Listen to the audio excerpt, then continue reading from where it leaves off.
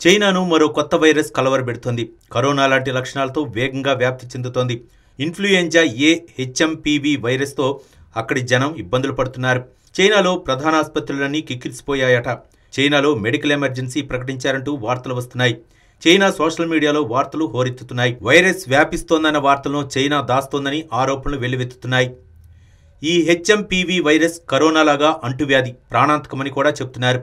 HMPV సోకిన వారిలో దగ్గు, జ్వరం, శ్వాస తీసుకోవడంలో ఇబ్బందుల వంటి లక్షణాలు ఉన్నాయి.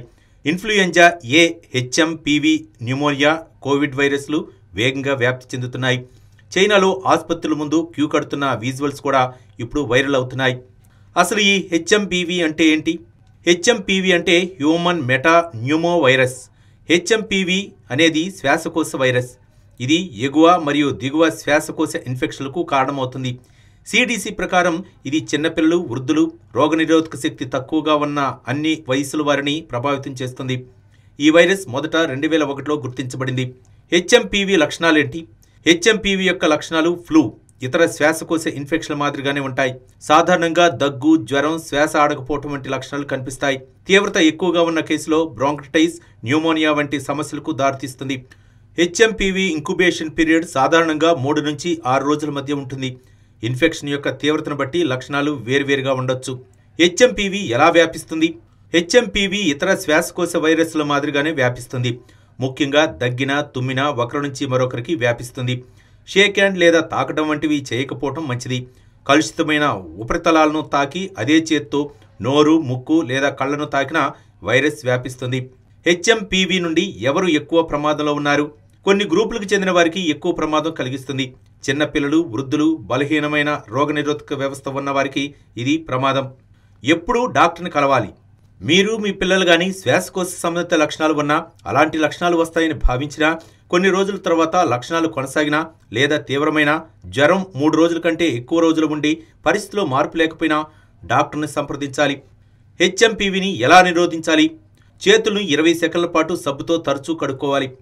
చేతులు కడుక్కోకుండా ముఖాన్ని అంటుకోవద్దు. రోగులకు దూరంగా ఉండాలి. బొమ్మలు, టేబుల్స్, డోర్లను అంటుకుంటే తప్పకుండా చేతులు కడుక్కోవాలి.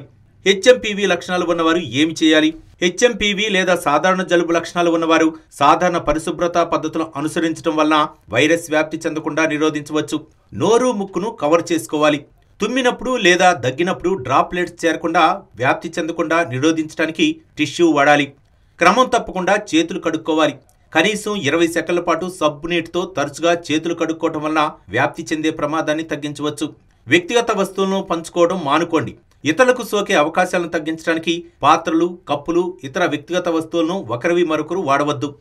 ఇంట్లోనే ఉండండి. మీకు అనారోగ్యంగా అనిపిస్తే వైరస్ ఇతరులకు వ్యాప్తి చెందకుండా ఉండేందుకు ఇంట్లోనే ఉండి విశ్రాంతి తీసుకోవడం మంచిది. హెచ్ఎంపీవీకి వ్యాక్సిన్ ఉందా? ప్రస్తుతానికి హెచ్ఎంపీవీకి నిర్దిష్ట యాంటీ వైరల్ చికిత్స, వ్యాక్సిన్ లేదు. వ్యాధి సోకిన వారికి డాక్టర్ దగ్గరకు వెళ్లి చికిత్స తీసుకోవాలి. లక్షణాలు తగ్గించడం, రోగులకు దూరంగా ఉండటం వంటి జాగ్రత్తలు తీసుకోవాలి. హెచ్ఎంపీవీకి కోవిడ్-19కి తేడా ఏంటి? హెచ్ఎంపీవీ మరియు కోవిడ్-19కి చాలా దగ్గర పోలికలు ఉన్నాయి.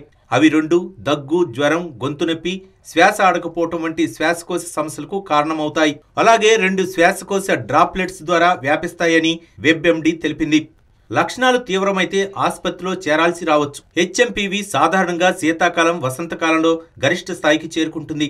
కోవిడ్-19 వలే కాకుండా అభివృద్ధి చెందుతున్న వైవిధ్యాల కారణంగా ఏడాది పొడవునా వ్యాప్తి చెందుతుంది. కోవిడ్-19 ఆంక్షలు ఎత్తివేసిన తర్వాత కొన్ని ప్రాంతాల్లో హెచ్ఎంపీవీ కేసులు 3 రెట్లు పెరిగాయని అధ్యయనాలు చెబుతున్నాయి. లాక్డౌన్ సమయంలో వైరస్లకు గురికావటం, వ్యాధి తగ్గటం వల్ల రోగనిరోధక శక్తి తగ్గుతుంది.